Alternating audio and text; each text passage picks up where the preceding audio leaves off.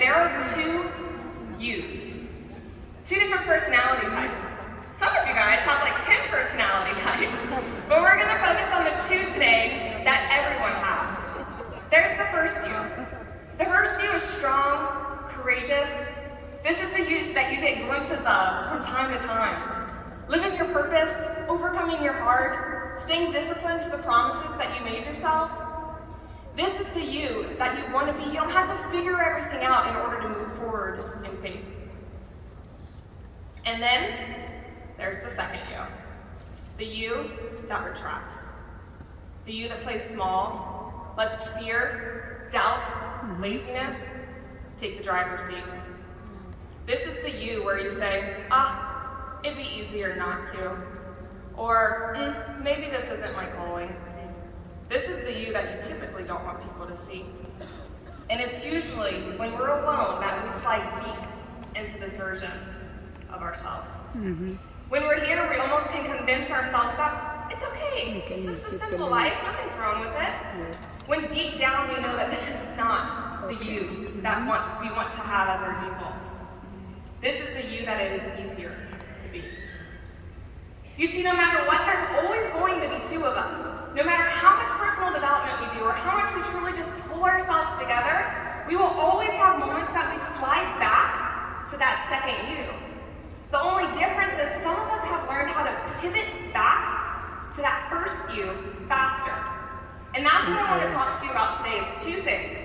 These two things control the pivot, the bridge to the gap, to get you back from that second you to that first you.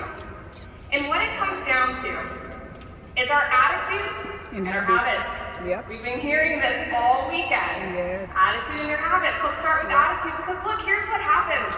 We're in a good season, we're happy, we're thriving, and then little thing by little thing starts to happen. We blink our eyes, and before we know it, we're in a funk. Usually what's associated with that funk is a horrible attitude. And here's proof. On average, an American has 12,000 to 60,000 thoughts a day. And of that number, 80% is negative. This is horrible. But the good news is we have control over the thoughts that we say over ourselves, so we have got to clean it up. So let's break it down. When it comes to our thoughts, typically we're having negative thoughts in our past, our present, and the future. Or our future. So for me, in order to shift my thoughts, in order to pivot back, in order to get back from that second me to that first me, there's 3 proclamations that I make on a daily basis, and I want to share that with you today. The first thing is I declare freedom over my past. Look, we've all walked through hard things, so sometimes allowing the past to be in the past can be difficult. It's easy to get paralyzed by your past, but your past does not define you. The past is a point of reference, not a point of residence. And the longer you hold on to your past, the longer it will hold on to you. And some of you guys are wearing handcuffs that aren't even closed and locked. They're open. You can easily take them off, but you're still wearing them. It's out of style. Take it off. Let go of your past. Let's translate that to business terms. Let go of the people in your team who don't want to work anymore. Love them where they are, accept them where they are, and move the hell on. It is normal for your team to fluctuate. I'd be surprised if 50% of the people you start with are the people that you finish with, and that's normal. I know I'm here to stay, but I can't expect that of my team. So here's a fun little example. Have any of you guys ever had your toothpaste and you're just squeezing and manipulating and trying to get all of it out? We're going to use this whole tooth, we're going to use our money. And the next day we wake up and you're like, maybe one more day, I'll just try to manipulate a little bit more out of there.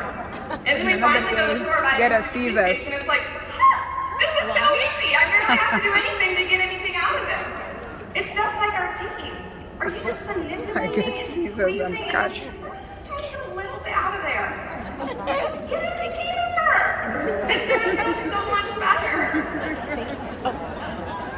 So first is our past. Next we want to declare peace over our problems. This is our current. Because everyone has problems. Young people have school problems. Old people have Relationship problems and me problems. Single people don't want to be single, and married people Don't want to be married. Yeah. What is